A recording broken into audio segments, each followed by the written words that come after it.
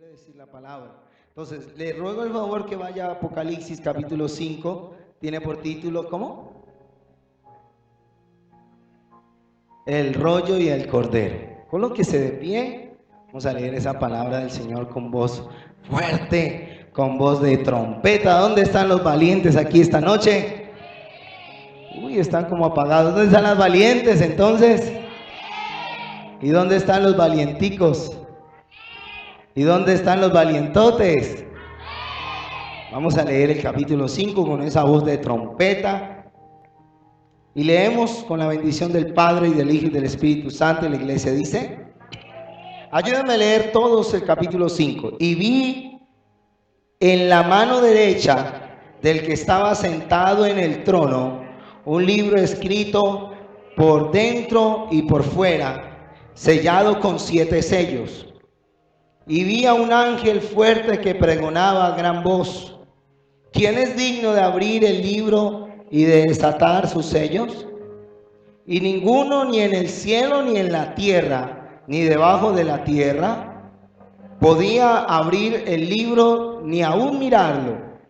Y lloraba yo mucho, porque no se había hallado a ninguno digno de abrir el libro, ni de leerlo, ni de mirarlo.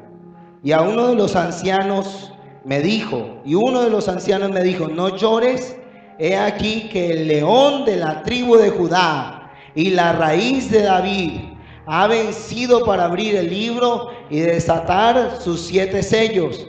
Y miré y vi que en medio del trono y de los 4 seres vivientes y en medio de los ancianos estaba en pie un cordero como inmolado, que tenía 7 cuernos y 7 ojos, los cuales son los 7 espíritus de Dios enviados por toda la tierra. Y vino y tomó el libro de la mano derecha del que estaba sentado en el trono. Y cuando hubo tomado el libro, los 4 seres vivientes y los 24 ancianos se postraron delante del cordero. Todos tenían arpas y copas de oro llenas de incienso, que son las oraciones de los santos, y cantaban un nuevo cántico diciendo: digno eres de tomar el libro y de abrir sus sellos, porque tú fuiste inmolado y con tu sangre nos has redimido para Dios de todo linaje y lengua y pueblo y nación, y nos has hecho para nuestro Dios reyes. Levante sus manos y diga: somos para nuestro Dios hechos reyes y sacerdotes, y reinaremos sobre la tierra.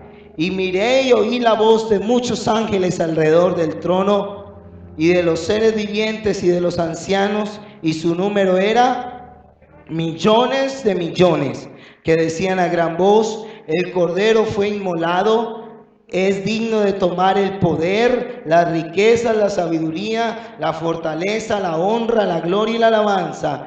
Y a todo lo creado que está en el cielo y sobre la tierra y debajo de la tierra y en el mar, y a todas las cosas que en ellos hay, oí decir: al que está sentado en el trono y al cordero, sea la alabanza, sea la honra, sea la gloria y el poder por los siglos de los siglos. Lea en alta voz el 14. Los 4 seres vivientes decían amén. Diga más fuerte: amén.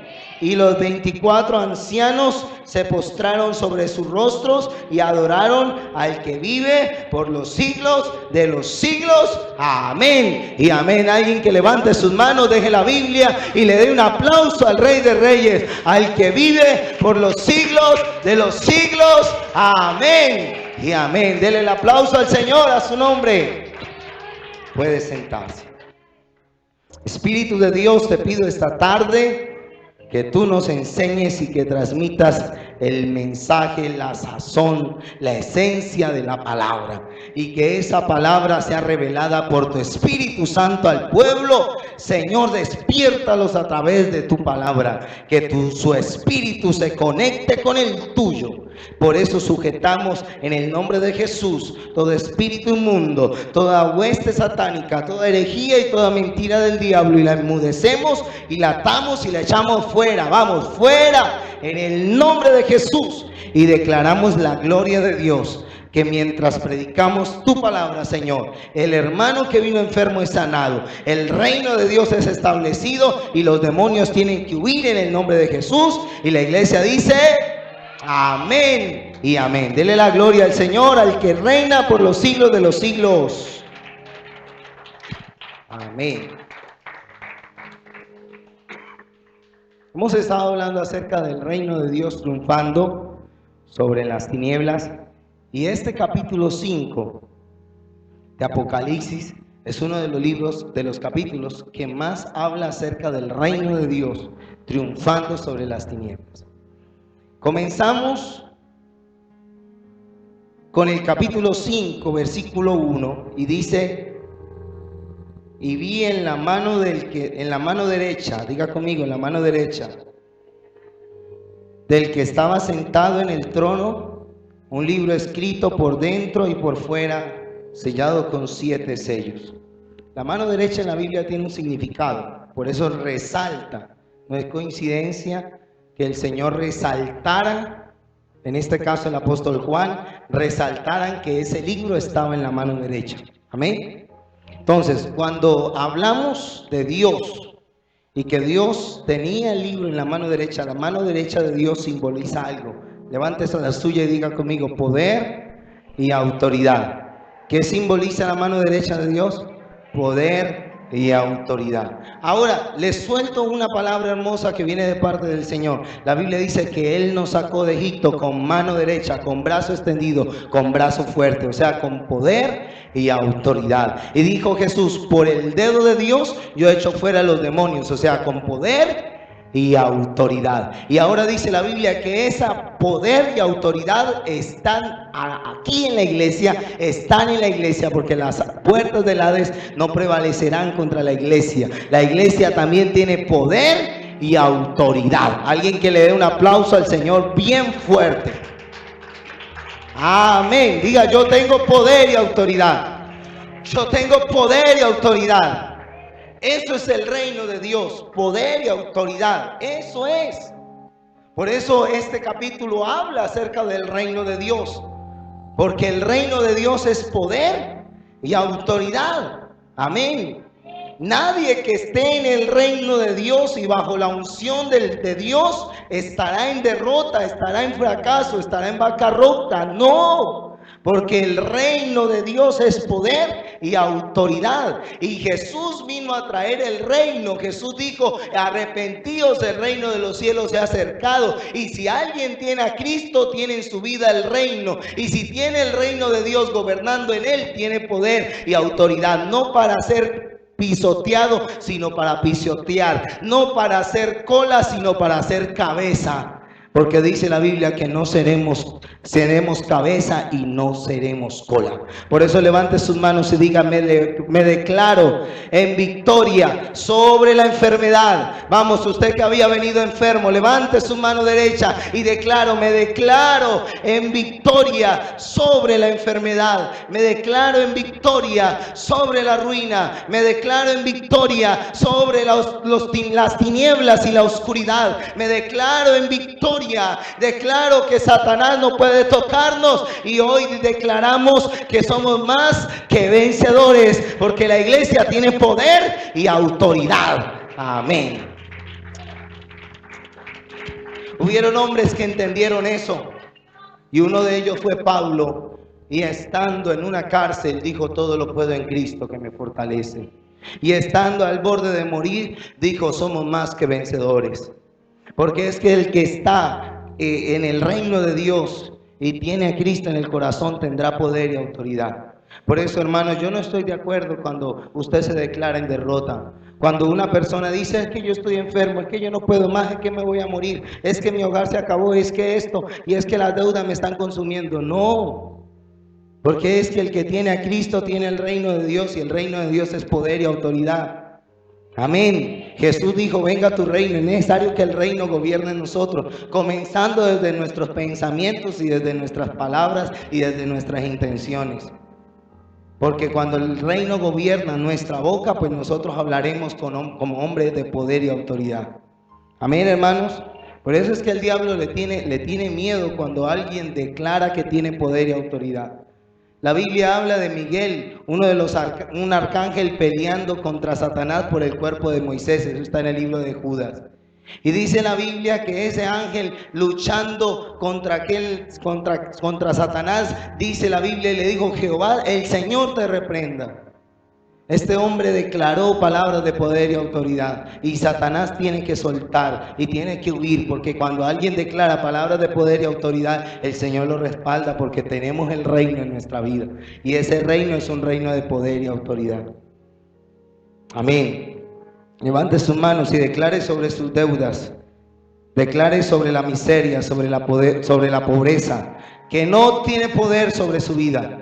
Declare sobre ese problema en el hogar, que no tiene poder sobre su vida. Declare sobre esa enfermedad que no te va a matar. Declare sobre ese espíritu inmundo que ha querido hacerle daño a su hogar. Diga: yo tengo poder y tengo autoridad para echar fuera a los demonios por el brazo derecho de Dios, por el dedo de Dios y por la unción del Espíritu. Echo fuera todo espíritu inmundo que ha querido agobiarme, atarme o hacerle daño a mi familia, porque yo tengo poder y tengo autoridad en el nombre de Jesús. Amén y amén. Y dice la Biblia que en la mano derecha del que estaba sentado en el trono, lo describe la Biblia, una persona llena de poder, llena de gloria.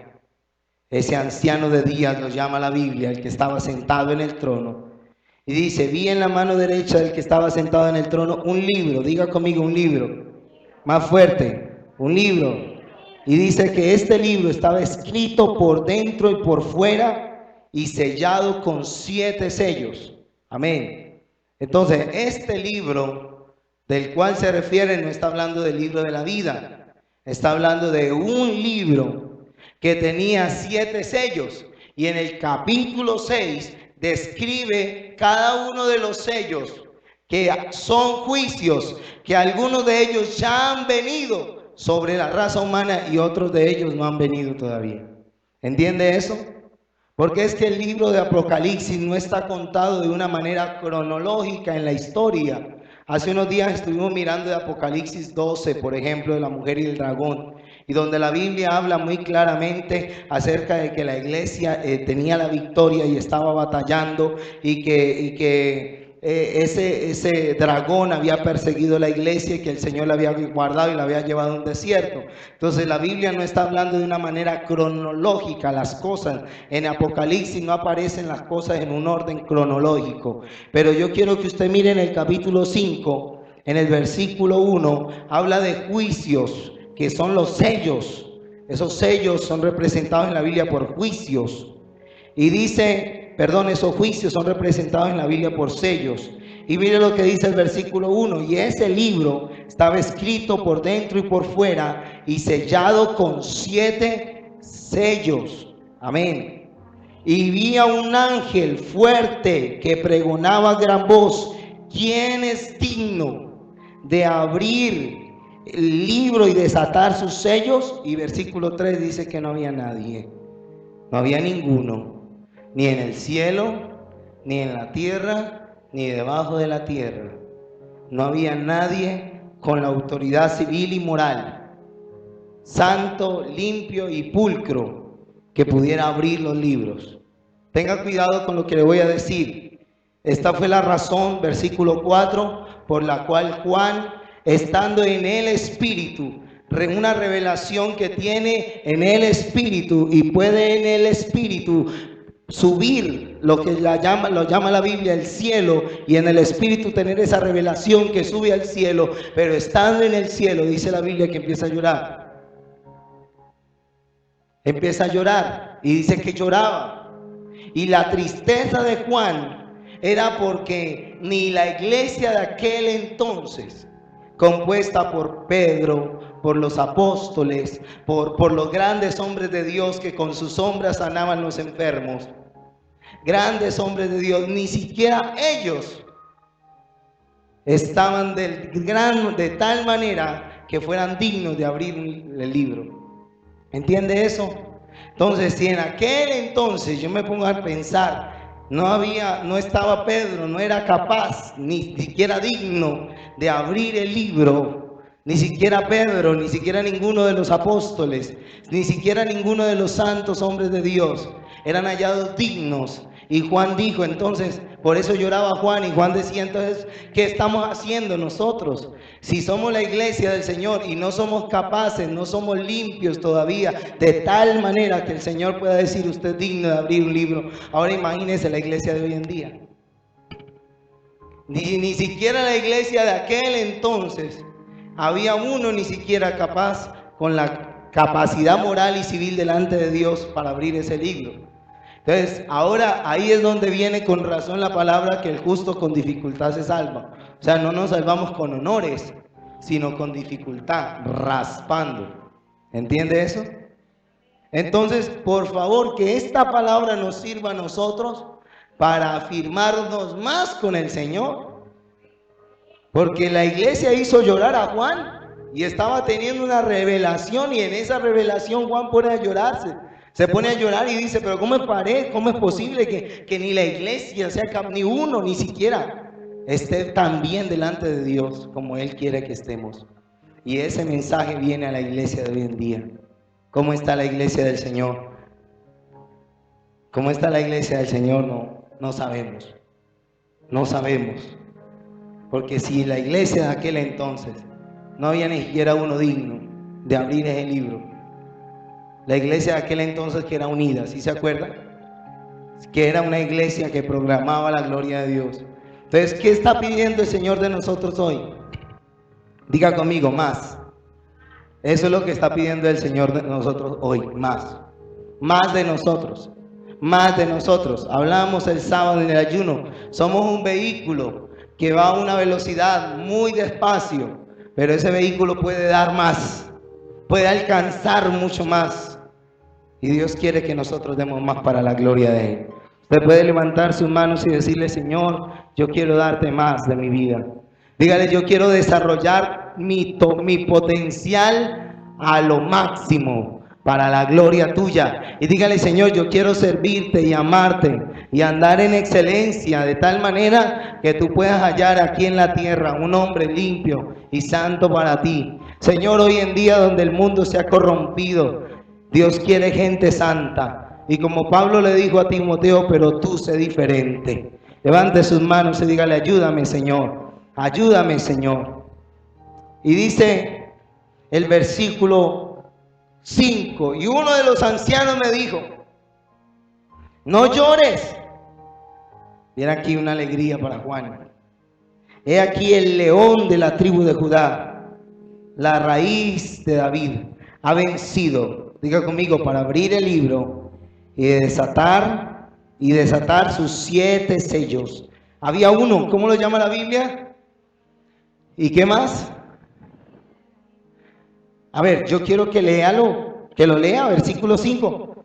¿Cómo lo llama la Biblia? El león de la tribu de Judá y la raíz de David. Esa expresión tiene una profundidad en sus palabras. Porque cuando el ángel le dice a Juan, es que sí hay uno, que uno nomás, que puede abrir ese libro y desatar esos juicios sobre la tierra, hay uno. Y ese es el león de la tribu de Judá. Y luego lo llama la raíz de David. Entonces, cuando la Biblia habla de la raíz de David, está hablando de una raíz de un árbol que ya muchos han dado por muerta, que muchos han dicho ya está seca, ya se murió, ya está ahí una raíz por fuera, pero nadie esperaba que esa raíz empezara a retoñar otra vez. Imagínese usted una raíz seca, una raíz pisoteada, una raíz por fuera que está, que todo el mundo dice ya no sirve para nada sino para leña. Y esa raíz empieza a retoñar y empieza a brotar y empieza a crecer. El libro de Isaías, el capítulo 53. Versículo 1, ¿quién ha creído a nuestro anuncio? ¿Y sobre quién se ha manifestado el brazo? Diga, el brazo de Jehová. Subirá cual renuevo de él, delante de él, y como raíz de tierra seca. ¿Cómo comparaban a Jesús? ¿Cómo lo veía la gente? Como raíz de tierra seca. O sea, ya esa raíz ya no sirve, esa raíz, ya de esa raíz no va a botar nada bueno. Y dice, no hay parecer en él ni hermosura.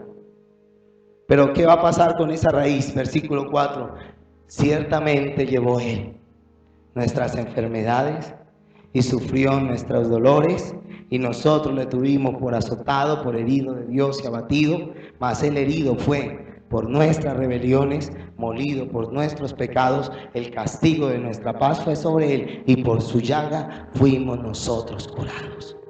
Entonces, la raíz de tierra seca, que nadie valoraba y que nadie le veía capacidad de retoñar, Jesús ahora se levanta como el Salvador, como el Rey de Reyes y como el Señor de Señores. Y así quiere el Señor que se levante usted. Raíz de tierra seca, pisoteado por muchos, menospreciado por otros, despreciado por muchos. Y también habla de la iglesia pisoteada por siglos, la iglesia acabada y menospreciada por muchos. Pero esa iglesia que parece ante los ojos de los hombres como raíz de tierra seca, dice la Biblia que no hay parecer en él ni hermosura, pero esa raíz va a brotar, pero esa raíz se va a crecer, y esa raíz de la iglesia también. Miraba una historia, o estoy mirando, no fui capaz de mirarla porque fue tan terrible, una historia acerca de cómo en los tiempos de Hitler cogían y llevaban los judíos y los echaban y los capturaban, y la verdad no fui capaz, no resistí verlo. Fue mucho para mí, mucho impacto, pero alcancé a ver cómo cogían los judíos y los separaban hombres de mujeres y los llevaban y los metían en un lugar donde en ese lugar los ponían a hacer trabajos forzosos, y ya cuando no podían más, entonces los mataban. Al que no podía más, lo iban matando, los judíos. Y los judíos son, según la Biblia, son el pueblo de Dios. Amén.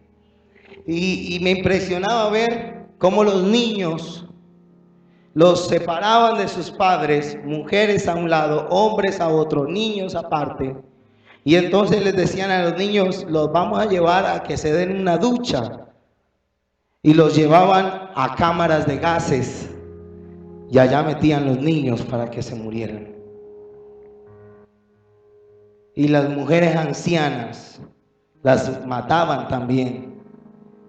Y los hombres los ponían a hacer trabajo forzoso porque eran judíos. Pero con todo ese maltrato, con todo ese desprecio, los pisotearon y los volvieron nada. Y en 1948 volvieron a levantarse como una nación, después de ser un pueblo esparcido, porque es que la palabra se cumple. Y esta palabra, cuando la Biblia habla de Jesús como raíz de tierra seca, está hablando de una restauración para la iglesia, un avivamiento para la iglesia que ha sido pisoteada, el hermano que ha sido pisoteado, la hermana que le han debajeado y le han menospreciado como lo hicieron con Jesús.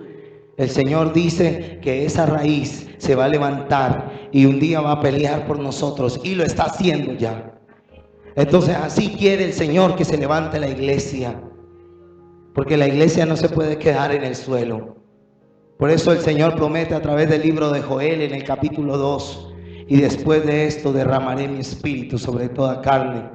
Y vuestros hijos y vuestras hijas profetizarán, y vuestros siervos y vuestras siervas, y vuestros jóvenes tendrán visiones, y nuestros ancianos tendrán sueños. Porque ese pueblo que ha sido pisoteado y maltratado, el Señor le dice: yo te levanto. Alguien que reciba esa palabra: yo te levanto, yo te levanto, yo te levanto, yo te levanto, yo te levanto. Porque Él es la raíz de David. Muchos lo pisotearon, pero Él se levantó como el león. El Señor dice: yo te levanto. Bendito sea el Señor. Bendito sea el Señor. Pero esta palabra, cuando habla de otra raíz, y me agrada esto, habla de la vara de Aarón, recuerda Números 18, que también era una vara, una raíz, y era una raíz seca, ¿se acuerdan? Pero esa vara en las manos de Aarón, ¿qué pasó? Reverdeció y floreció. Amén. Esa palabra en este caso, esa raíz seca que floreció, es para aquellos ministros, pastores, profetas, evangelistas, siervos del Señor que cayeron, que fracasaron. El Señor dice, esa vara va a volver a florecer. Alguien que reciba esa palabra. Y hoy suelto esa palabra sobre aquellos ministros, siervos de Dios, que cayeron, que fallaron, que fracasaron, y que aparte de eso el mundo los pisoteó, el diablo los pisoteó. Dice la palabra que esa vara va a florecer. Esos siervos de Dios que de nuestra iglesia, que un día le servían al Señor, que un día le cantaban al Señor, que un día dirigían un culto, pero ahora están en el mundo, ahora están pisoteados, ahora Satanás los ha logrado otra vez acabar y pisotear. El Señor dice que esa vara, esa raíz va a volver a florecer. Yo reclamo esa palabra para todos aquellos hermanos que un día se apartaron, porque dice la palabra que la vara florece. Levante sus manos al cielo y diga: la vara florece. Mis hijos que un día se apartaron del Señor, dice la Biblia, la vara florece, la vara florece. Esos hijos que un día se apartaron de Cristo van a florecer otra vez. Esa raíz que un día se secó va a volver a florecer. Reciba la palabra. Ese hijo, ese hogar que se acabó ya, va a volver a florecer. Hoy suelto la palabra. La raíz florece, la raíz vuelve a florecer. Esa vara vuelve a florecer en el nombre de Jesús. Alguien que le dé una alabanza al Señor bien fuerte. Bien fuerte, porque es para el Señor.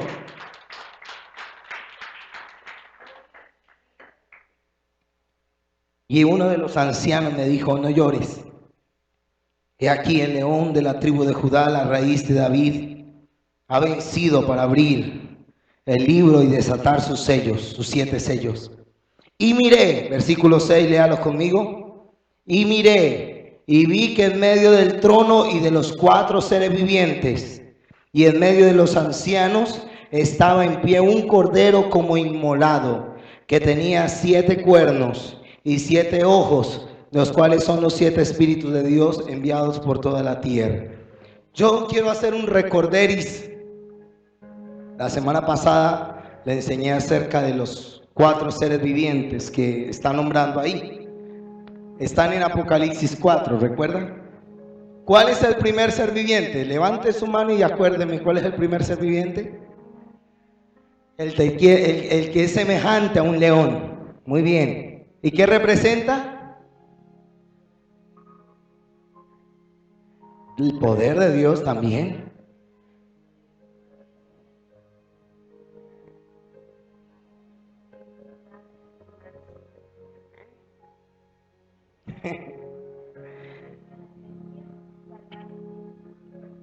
Él es el más fuerte, representa al Dios victorioso. ¿Cuántos tienen ese Padre que es victorioso? Levante su mano y diga: Dios es Dios victorioso. El segundo ser viviente representa, ¿qué tiene, perdón? ¿Es semejante a qué? ¿Cómo? Un becerro, que representa la humildad de Dios. Así es, muy bien. ¿Y el tercer animal, cómo se llamaba? El tercer ser viviente era semejante a un hombre. ¿Y qué representa? ¿No todos al mismo tiempo? La humanidad, la humillación de Cristo. Amén. ¿Y el cuarto ser viviente? A un águila volando. Muy bien. ¿Y qué representa?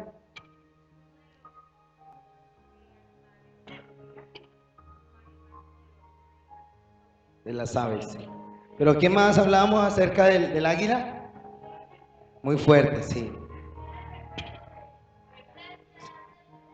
¿Pero qué representa?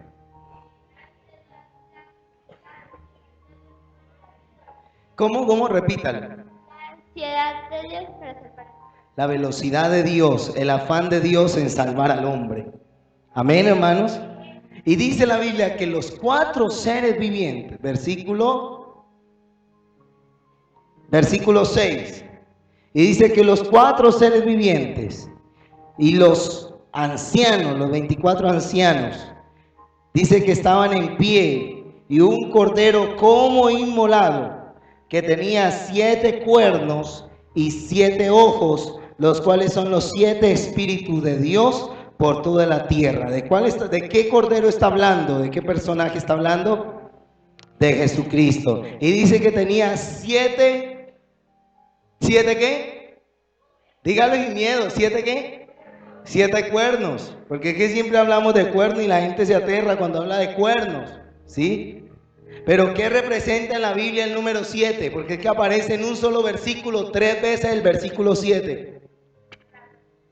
La perfección de Dios. Entonces los cuernos representan el poder perfecto y completo de Dios. ¿Entiende eso?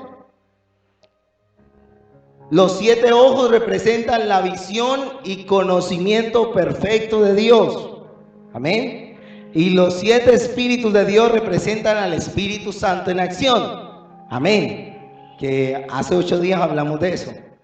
Del Espíritu Santo en su obra completa. Amén.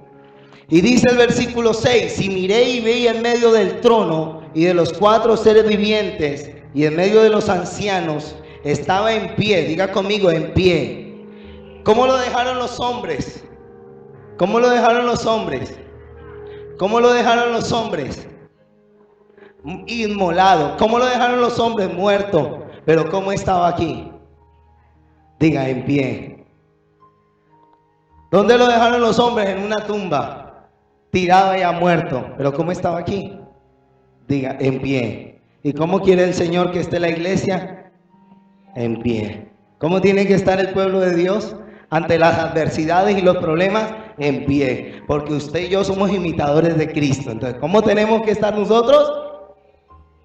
En pie.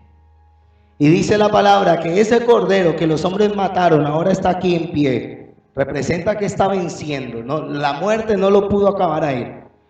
Y sigue diciendo, dice que tenía 7 cuernos y 7 ojos, los cuales son los 7 espíritus de Dios enviados por toda la tierra. Diga conmigo, Dios tiene poder perfecto y completo. Y tiene visión y conocimiento de todas las cosas. Entonces, cuando habla de los 7 ojos, Dios tiene visión y tiene conocimiento. Dios sabe lo que está pensando usted ahí. Amén. Cambia el pensamiento, porque estaba pensando en los frijoles, ya Dios lo sabe. Él lo acaba de revelar.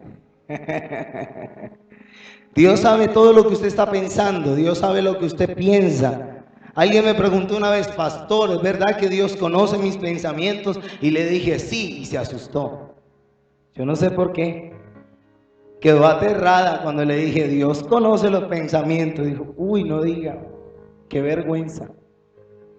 Porque es que Dios conoce los pensamientos, porque Dios tiene una visión y un conocimiento completo. Eso representa sus 7 ojos. Amén.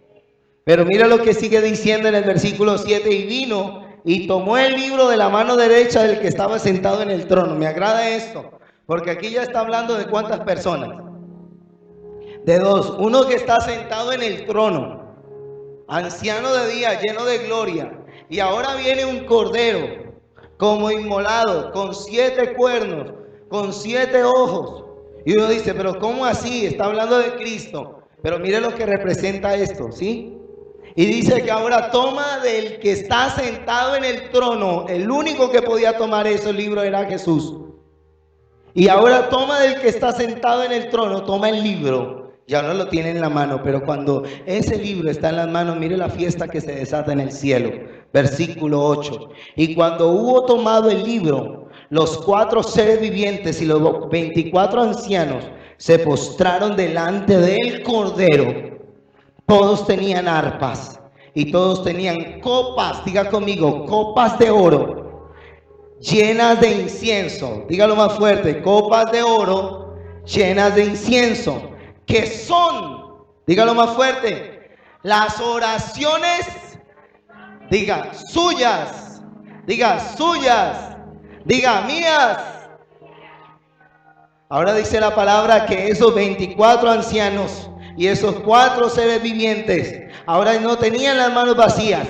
Dice que en sus manos tenían arpas, pero también tenían copas llenas, diga llenas.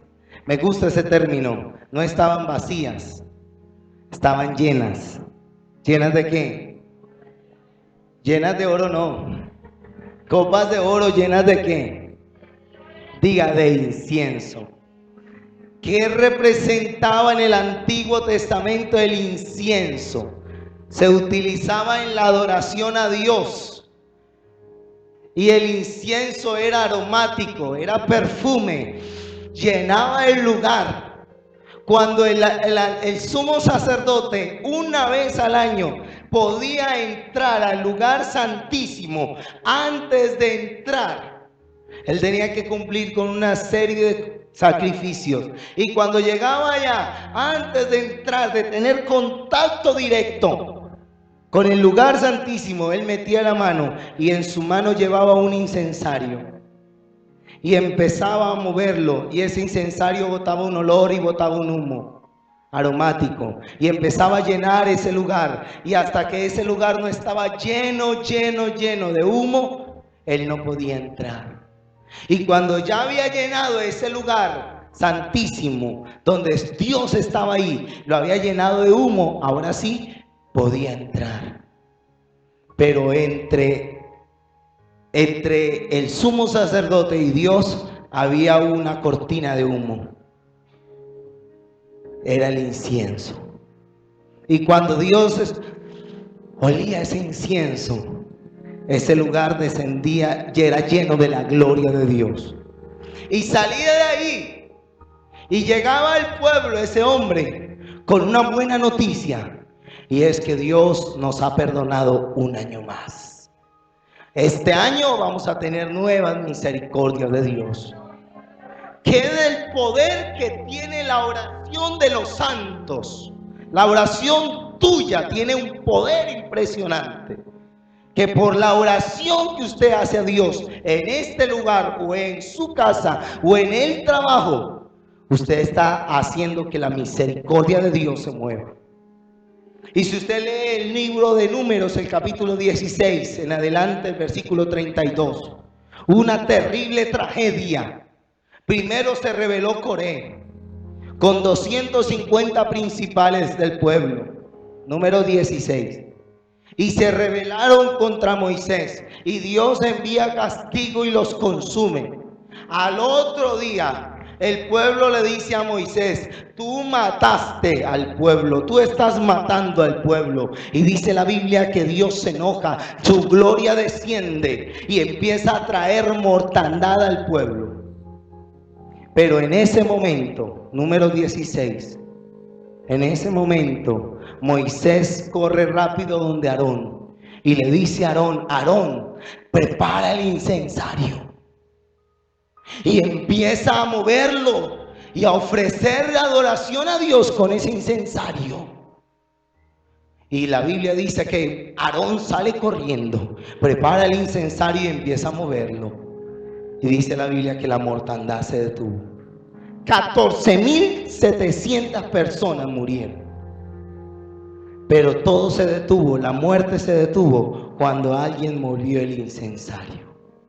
¿Y qué representa el incensario? Dígalo usted. ¿Qué representa? Las oraciones de los santos. ¿Cómo la oración suya puede detener la muerte? ¿Cómo una oración tuya puede detener el fracaso? La Biblia dice que Pedro estaba en la cárcel, Hechos capítulo 16. Y una oración del pueblo unido hizo que las puertas de la cárcel se estremecieran, se abrieran y Pedro saliera. Y Pedro llega y el ángel lo saca y le abre los portones y lo saca Amén. Y lo saca hasta las puertas, porque es que cuando Dios escucha las oraciones de alguien y cuando alguien ora, aún las puertas se tienen que abrir, aún las cadenas se tienen que romper cuando alguien ora. Escucha el poder que tiene la oración de los santos.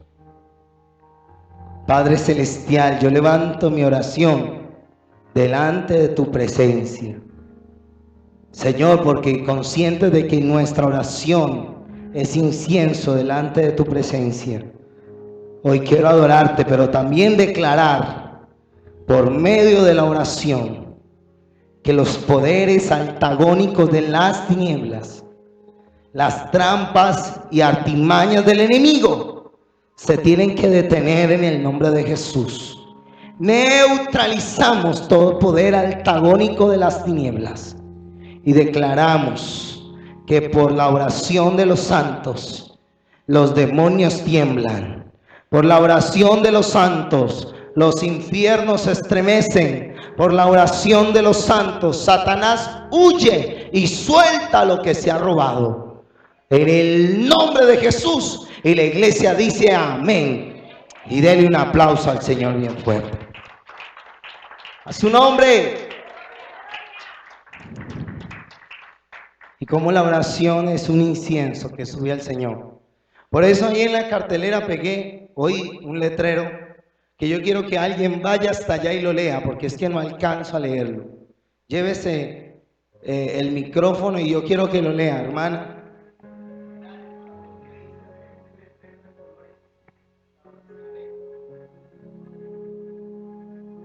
La oración a Dios es agua que sacia la sed, colirio que aclara la visión, fuente de vida en el desierto, medicina al enfermo, esperanza para el desconsuelo, el teléfono de Dios y el medio para hallar su voluntad. Por eso te invitamos a orar mínimo 1 hora al día, Mateo 26:40.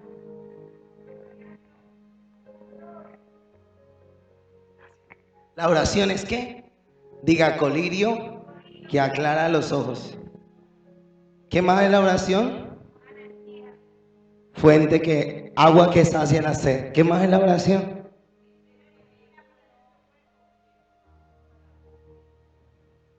¿Usted necesita hablar con Dios? Dice la Biblia, entre en su aposento y cierre la puerta y háblele.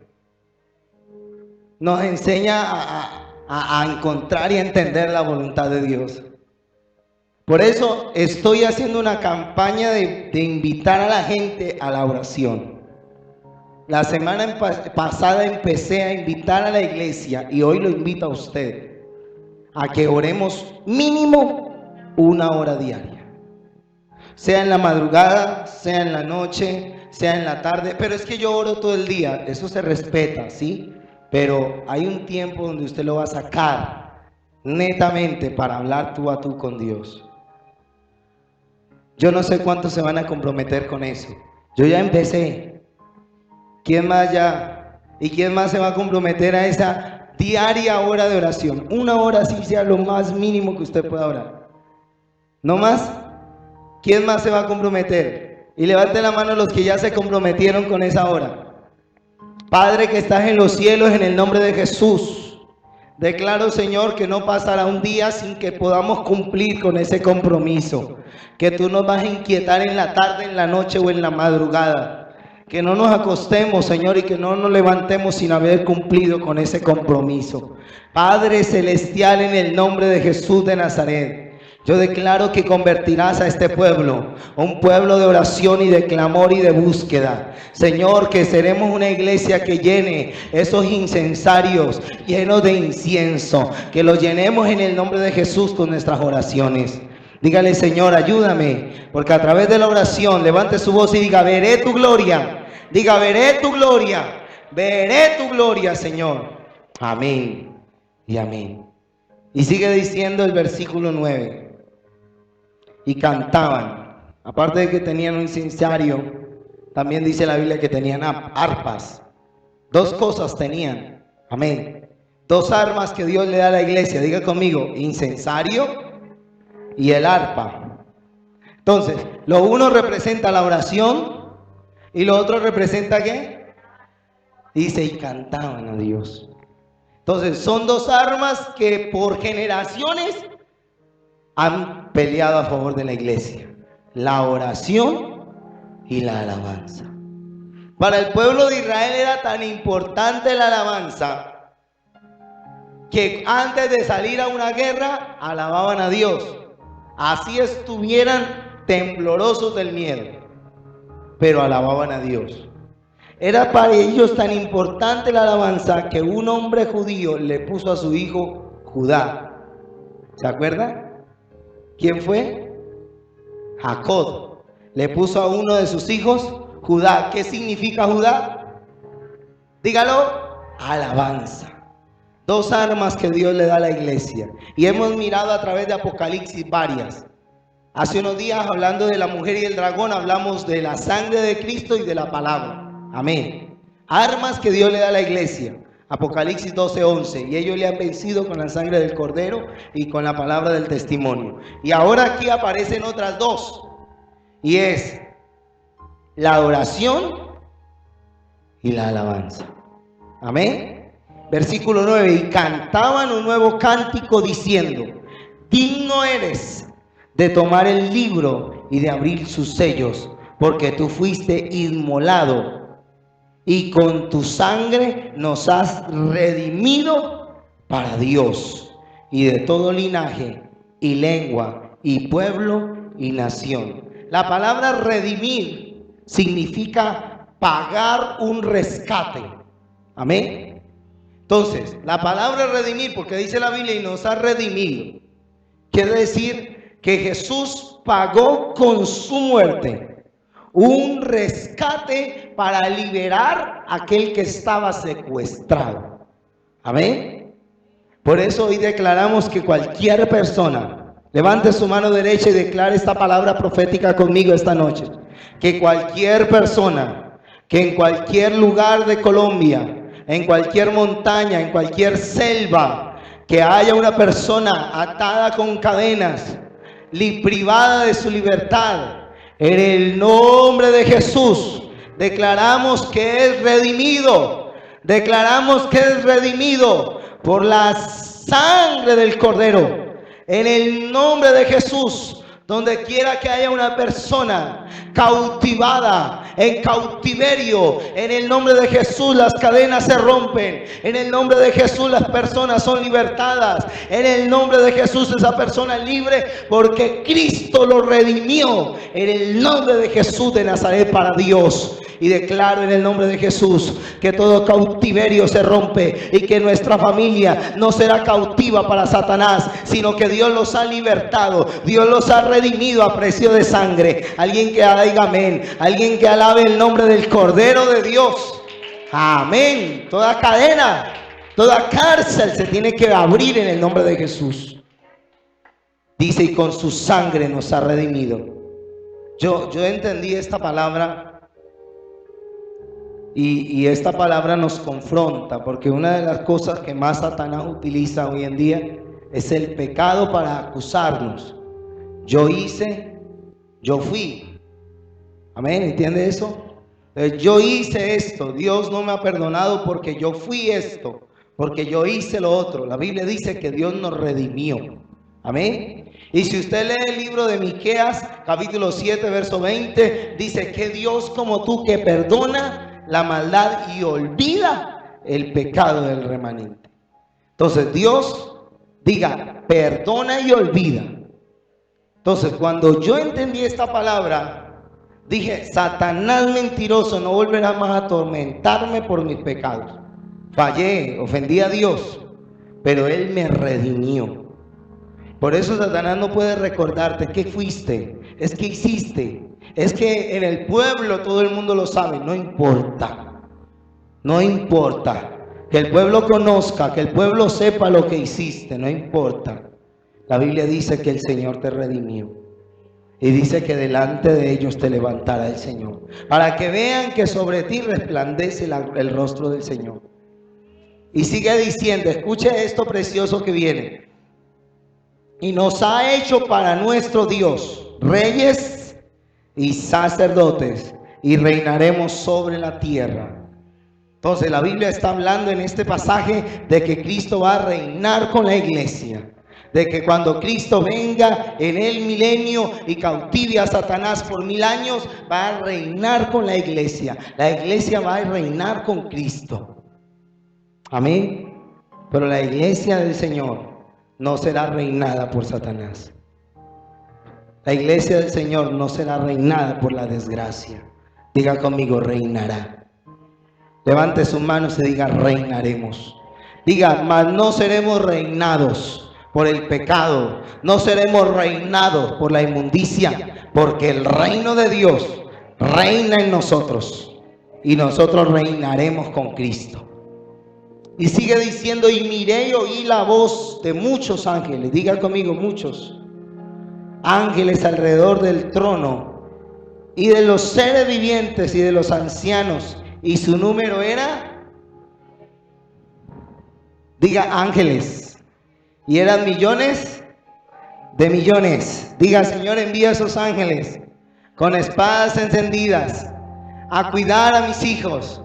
Millones y millones que peleen por mí, que peleen por mi familia. Diga, ordeno que los ángeles de Dios desciendan con espadas encendidas y destruyan todo altar de brujería, todo altar de hechicería, toda oración contraria, toda maldición en contra de la iglesia, en contra de los siervos de Dios, porque la gloria de Dios pelea por nosotros y a sus ángeles mandará para que nos guarden en todos nuestros caminos, para que nuestros pies no tropiecen en piedra, en el nombre de Jesús. Diga, Señor, envía a tus ángeles.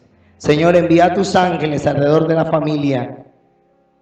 Y dice que esos ángeles decían a gran voz, el cordero que fue inmolado es digno de tomar el poder y las riquezas y la sabiduría, la fortaleza, la honra, la gloria y la alabanza. ¿Quiere repetirlo conmigo? El poder, las riquezas, la sabiduría, la fortaleza, la honra, la gloria y la alabanza. ¿Sabe qué significa eso? Que Jesús tiene los atributos de Dios en él. Que Jesús también es digno. Si hablamos de que el Padre es digno, también tenemos que hablar de que Jesús es digno de recibir gloria, de recibir poder, de recibir riqueza, de recibir honra, de recibir alabanza. Jesús es digno. Si alguien algún día en la vida te enseñó que Jesús no era Dios, pues te mintió, te engañó, porque la Biblia dice que Jesús es digno y tiene los atributos de Dios. Y Filipenses 2 dice que no escatimó el ser igual a Dios como cosa que aferrarse. Entonces Jesús es Dios, y aquel que lo reconoce como Dios, y aquel que lo ve no como el que está en la cruz, sino como el que está glorificado. La Biblia habla aquí de que Jesús no está en la cruz, no está pisoteado, no está azotado. La Biblia dice que Él es digno de recibir el poder, las riquezas, la sabiduría, la fortaleza, la honra, la gloria y la alabanza. O sea que Jesús es todopoderoso. Amén. ¿Y cómo quiere que Jesús, cómo quiere el Señor que tú lo veas a Él? Dígale que está a su lado, ¿cómo quiere el Señor que tú lo veas? Pregúntale, ¿cómo ves al Señor? Es algo grave lo que le estoy preguntando, porque hay gente que todavía carga a Jesús en la cruz. Hay gente que todavía ve a Jesús, un Jesús imposibilitado allá en la cruz. La gente todavía está viendo un Jesús que no tiene poder, pero el Jesús de la Biblia es un Jesús poderoso. Yo quiero mostrarle, vaya al capítulo 1, el versículo 9, tiene un título y es la visión del Hijo del Hombre. Y cómo vio Juan a Jesús, capítulo 1, verso 9. Y cómo quiere el Señor que tú lo veas a Él. Él no está en una cruz, Él no está débil, Él está lleno de poder.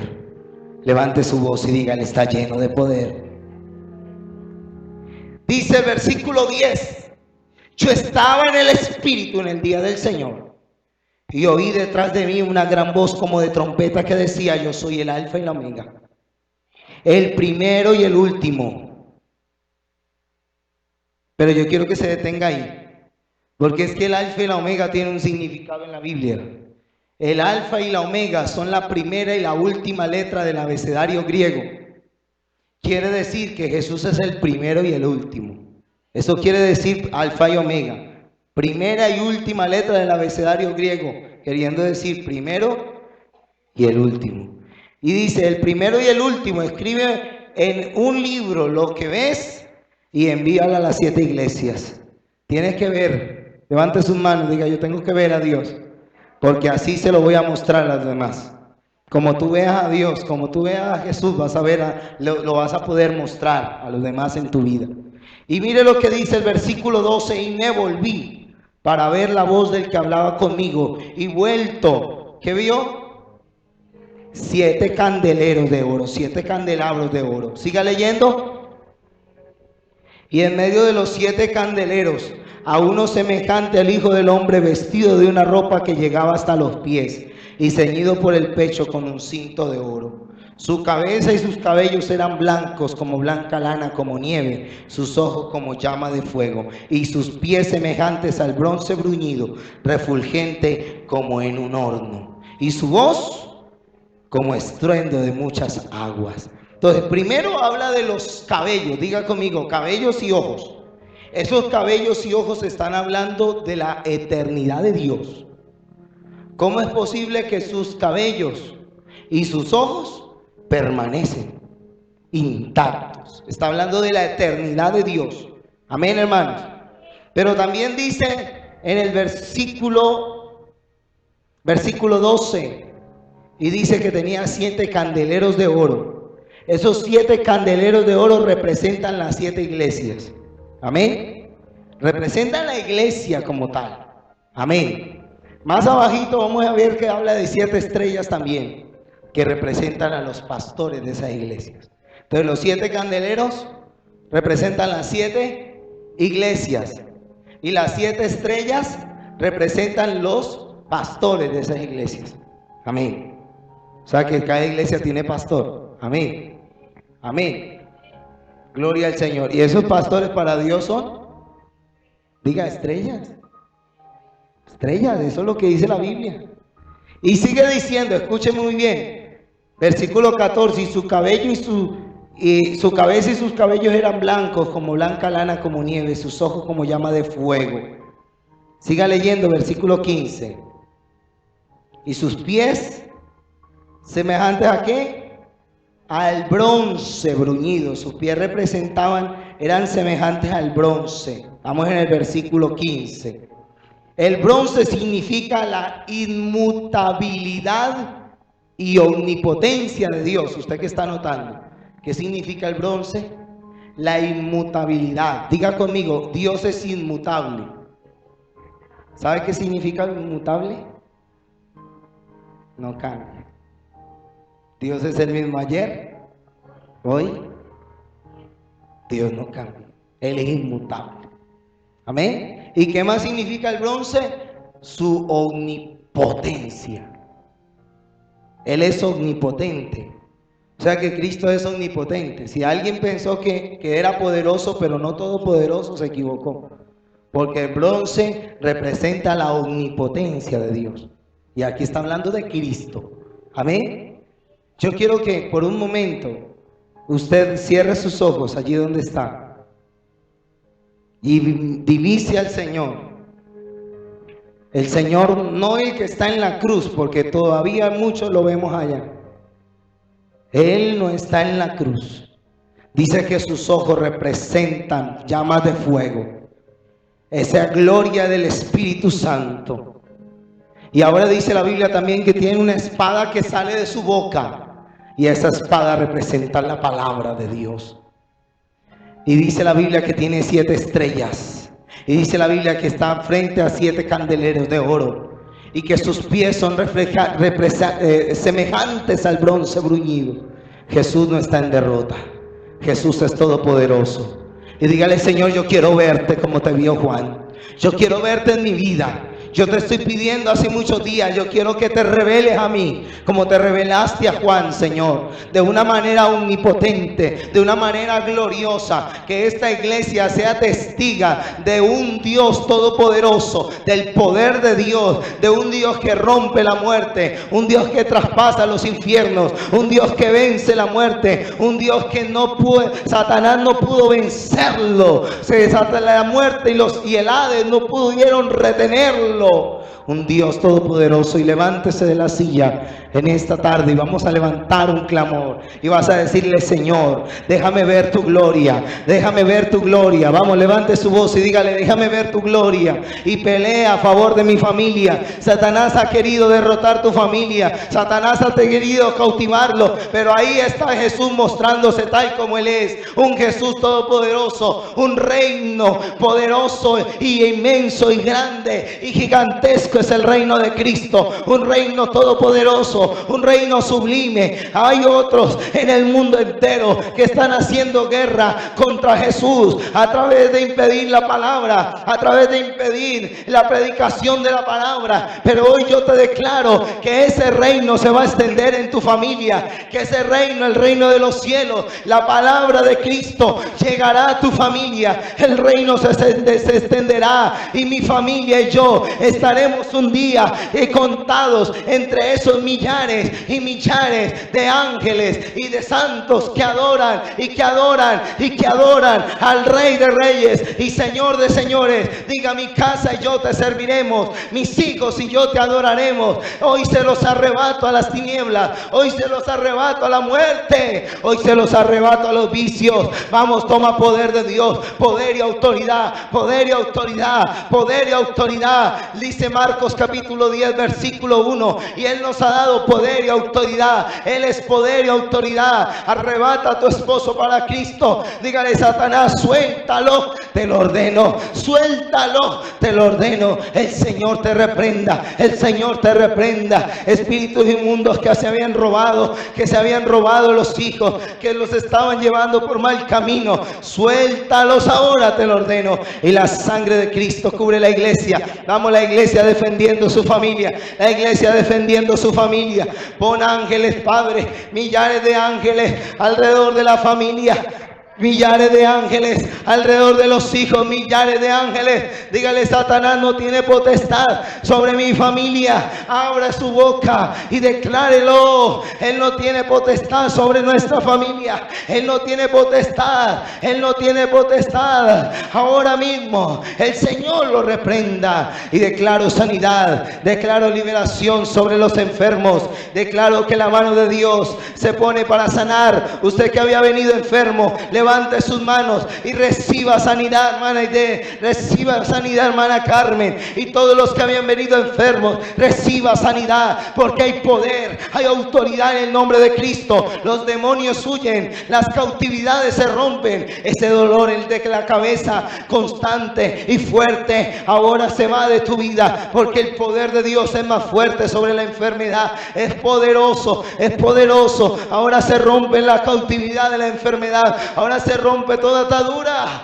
Ahora ese hijo que estaba en las drogas es libre, es libre. Decláralo libre, porque tienes poder, porque tienes autoridad de Dios. Decláralo libre, decláralo libre. Vamos, levante sus manos y diga: en el nombre de Jesús, en el nombre de Jesús. Satanás, suelta lo que te ha robado, suelta las almas, suelta la iglesia, quita adormecimiento, Padre de la vida, quita adormecimiento, quita el adormecimiento de la iglesia y llénalos de tu gloria, Padre, llénalos de tu gloria ahora mismo. Llenura del Espíritu Santo, bautismo del Espíritu Santo y fuego. Jesús de Nazaret, bautízalos con Espíritu Santo y fuego ahora mismo. Que la iglesia sea llena de la gloria, que la iglesia sea llena de poder, y te vas a ir hoy de aquí lleno del poder de Dios. Satanás tiene que huir, Satanás tiene que huir de tu vida, porque el poder de Dios está en tu hogar, El poder de Dios está en tu vida. El reino de los cielos ha llegado. El reino de los cielos ha llegado. Satanás no tiene la razón. Satanás no tiene la razón. Está vencido. Cristo le venció en la cruz del Calvario. Atamos la familia al reino de los cielos y lo desatamos del poder antagónico de las tinieblas. Y declaremos mi casa